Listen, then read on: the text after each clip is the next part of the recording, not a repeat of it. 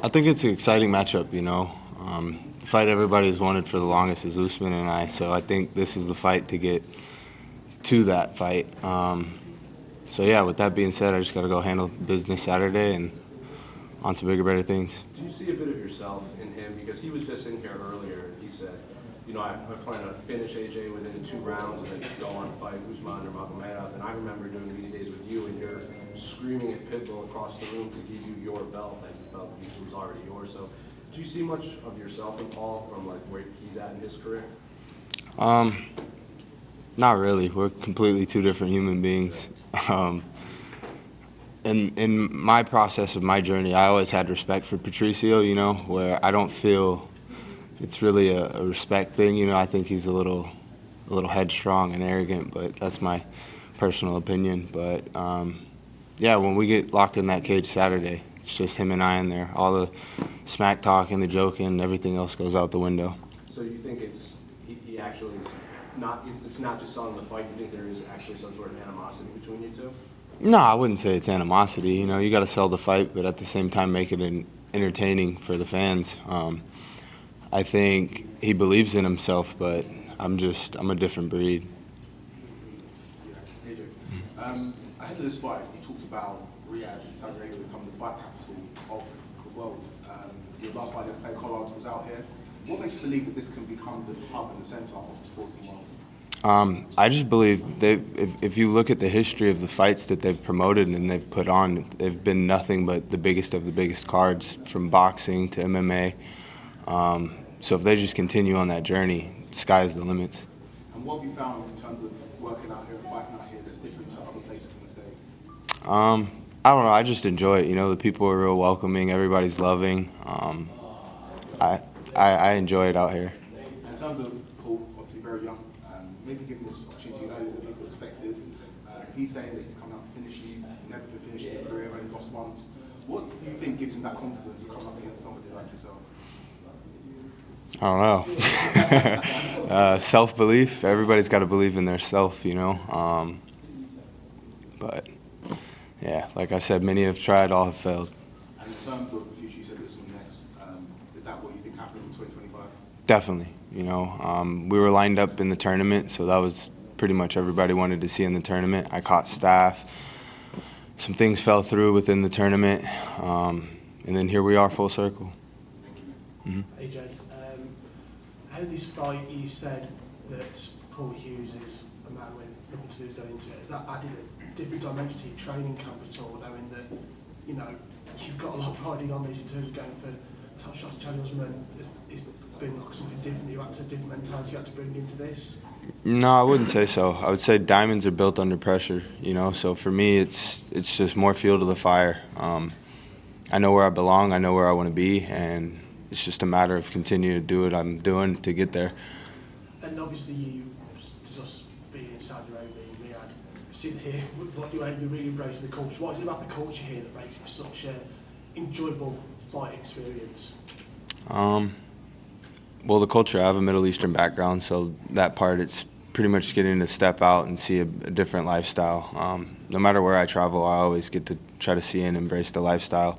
It's just a bit of a respect thing, you know what I mean, on top of it. I'm very respectful, you know, until that door closes, of course. Hi, Adrian. Oh, sorry. You're known for your dynamic fights. When do you decide, or how do you decide to be flashy and to stick to the fundamentals of the cage? Honestly, I don't. It's just kind of like an art thing, you know. It's my version of art. When I go in there, I don't think. My mind's at ease. I'm just assessing everything my opponent's doing, and I'm fighting. Great. Okay, so with your global profile, what kind of an impact do you want to make in the PFL, and how do you see this fight contributing to that? Wow, that's a good question. I would say just with PFL, you know, they put on some of the biggest and baddest fights, so being a part of the promotion and being able to do one-off special events like this it's an honor, you know, because obviously I'm not a champion, but I'm still here fighting on some of the biggest cards with all the champions.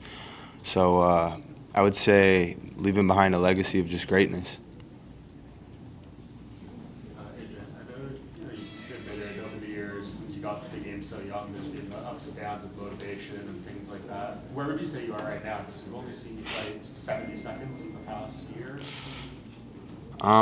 Where I would say I'm at now, there's been a few things, little up and downs this year as well, but started off the year strong with a great victory to come full circle. There's been a little bit of battle mid-year.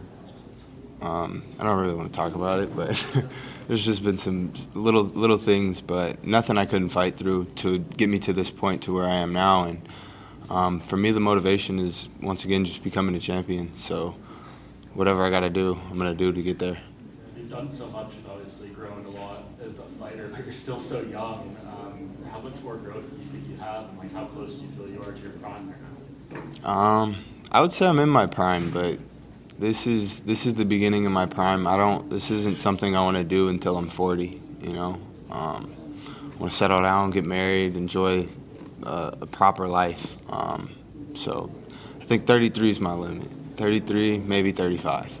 I know Elijah Smith over in the UFC just got like kind of a lot of attention for being the first father-son fighters to compete under the UFC banner. You were kind of the first to do that for a big promotion with your dad. Do you feel like you don't get enough respect maybe for that accomplishment and being this first significant second-generation fighter? In all honesty, I've always felt the last name Mckee hasn't really got the respect or recognition it deserved in the fight game.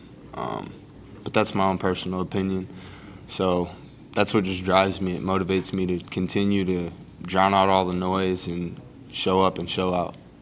How do you feel about Bellator's future right now in terms of, like, you said you want that title back, but you know, how much more life does that title have with you? Honestly, I think that's probably one of the biggest fights either promotion could put on is Usman and I. Obviously, his background being a second-generation fighter under Khabib, and then myself being under my father and watching Khabib's career and seeing the similarity in the I'm blanking right now. Just the way that they fight, their fight styles. My father was a great wrestler, great ground and pound artist. Obviously, Khabib was known for that as well. So it's two of the young up and comings. You know, I think that's the heat right there. When ideally would you want to do that fight? When? Yeah, like what timeline? As soon as possible. It doesn't matter. Yeah, early next year, whenever. You know, I went and watched this fight in San Diego, so I saw him there. I saw Khabib, and he walks by. He says, "See you in Dubai." I was like, "What? I'm going to Dubai?" So I don't know, possibilities. You know, I can't look past Paul Hughes, but at the same time, I know where I see myself and what it takes to be there. So. Your opponent was here not too long ago, and he said that he stands to only gain from this fight, while you stand to lose everything by losing this fight. Any response to that? I mean, yeah, you know, he wants to steal the hype, you know. But he's, like I said, I've had more finishes than he's had fights. So there's a different level of fighting there. But at the same time, when that door locks, it's him and I in there, and all the records, everything means nothing, you know. It's in that moment, who's the better man. I know you said Usman is your next target, but do you have any intention of going back down to 145 and becoming the double champ? That's a good question. I'm not looking forward to going back to 45, so let's just say that. I'm enjoying eating steak and blueberry pancakes and chicken parmesans every day, so is that ideal? No, but for the right fight, I've always said I'll go back to 145 pounds. Awesome. I know you're only 29, but can I call you a bet? Yeah, I mean, I don't mind. Okay, so in this specific scenario, you are the bet, and you said all the pre-fight smack talk is entertainment to you. Where do you rank your smack talk with Hughes so far? Me, I'm not a good smack talker, honestly. I don't like to really talk trash. It's like a mercenary, you know? You pay me to do my job, I go in there, get the job done, come home. It's the name of the game for me.